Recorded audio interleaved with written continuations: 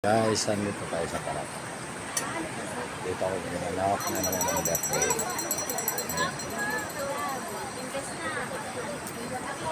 Hanggang kami. Ayan ang mga bisita natin. Ayan ang mga bisita.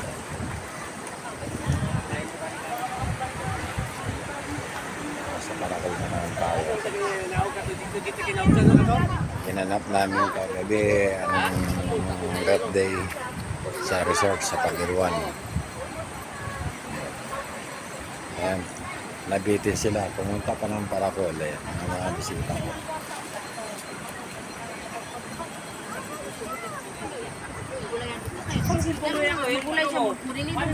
Kasi siya ang niluluto natin. Nilagang pata. Tagurot sa ihang kwarta. Para lang Nilagang pata po.